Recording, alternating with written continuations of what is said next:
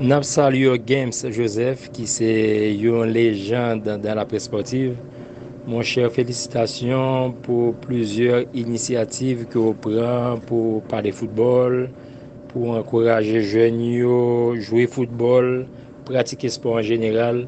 Mon cher, je te félicite. Alors, rapidement, aujourd'hui, pour me faire un petit résumé par rapport à ce qui s'est passé, que ce soit lors de la Copa América, que pendant la Coupe d'Europe des Nations, ou encore l'Euro 2024. Donc, faire un bref résumé, c'est que nous avons dit, que ce soit en Europe ou en Amérique du Sud, la logique a été respectée. Bon côté l'Amérique, pas l'Amérique du Sud, mais l'Amérique en général, bon côté l'Amérique, l'Argentine était favorite. L'Argentine, comme nous connaissons, depuis presque 4 ans, l'Argentine est au sommet du football mondial. Avec ou sans Léo Messi, ils sont capables de faire le dos rond, ils sont capables de résister, ils sont capables de souffrir, ils apprennent à souffrir. C'est une équipe qui a appris à souffrir. Et comme de fait hier, lors de la finale, ils ont souffert, les Argentins. Ils ont fait le dos rond. Ils étaient solidaires, c'est très important. Ils étaient en solidarité vraiment importante. Le, par exemple, ça n'allait pas bien. Et puis, ils ont résisté et ils ont été aussi patients. C'est très important dans le football moderne pour patient. Certainement, pendant 120 minutes, tu ne peux pas dominer pendant 120 minutes, mais c'est pour gérer temps faible et ou profiter de temps fort. Mais c'est exactement ce que l'Argentine a fait. L'Argentine a géré ces périodes où ça n'allait pas bien, et donc son temps faible, et puis le temps fort arrivé. Et puis, ils ont exploité, et c'est ça qui arrivé, et ça, c'est arrivé vers la 115e, 112e minute de jeu, quelque chose comme ça, ou un petit peu plus tard, mais toujours est-il qu'ils ont été plus efficaces que les Colombiens, qui n'ont pas démérité du tout, qui font excellent tournoi pour moi, en termes de jeu, de combativité, de détermination. Et sur le plan même technique, la Colombie, c'est la meilleure équipe du tournoi.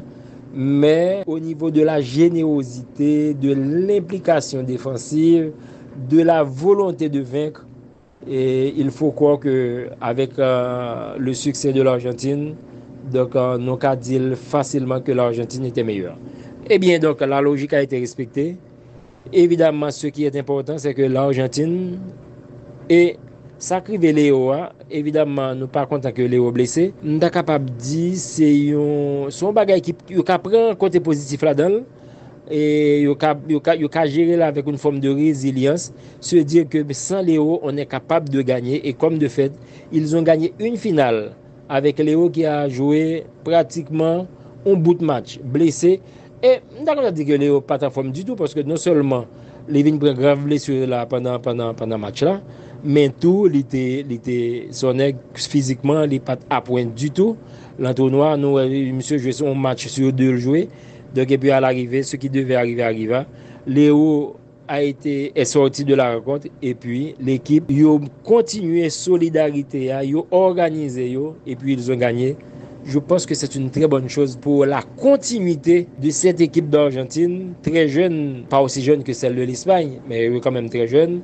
Et ça ne fait pas longtemps qu'ils ont commencé à gagner ensemble cette génération. Il a perdu Di Maria, il a perdu le défenseur central de Benfica, il a perdu le tout. Otamendi, si information mieux bonne.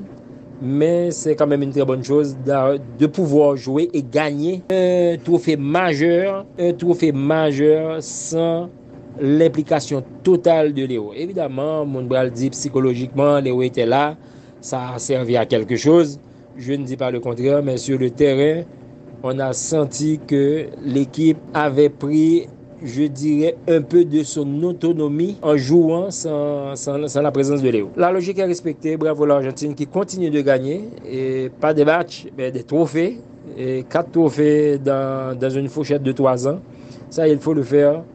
Il n'y a pas beaucoup d'équipes qui peuvent se permettre le luxe de gagner 4 trophées majeurs. Une Coupe du Monde, 2 Copa América, une Coupe des Champions, même si ça s'est joué sur un seul match. Mais ce match, il faut le gagner. Sans oublier le petit trophée en bois que l'Arabie Saoudite a organisé. Nous rappelons que l'Argentine a battu le Brésil sous pénalité.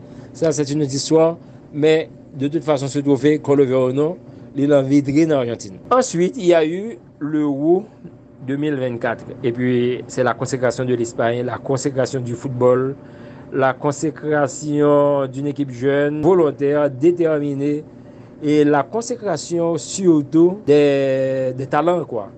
Donc, c'est des talentueux, des footballeurs talentueux qui vraiment connaissent ça et fait avec un entraîneur modeste, qui n'est pas people, qui travaille, qui fait un travail dans l'ombre, mais qui est capable aussi de gérer son petit groupe, des jeunes avec qui il avait remporté d'ailleurs un titre chez les jeunes. Donc, c'est la continuité d'un travail qui a commencé il y a peut-être 2, 3 ans ou même 4 ans. Et puis à l'arrivée, il y a ce résultat contre l'Angleterre qui est une machine du football.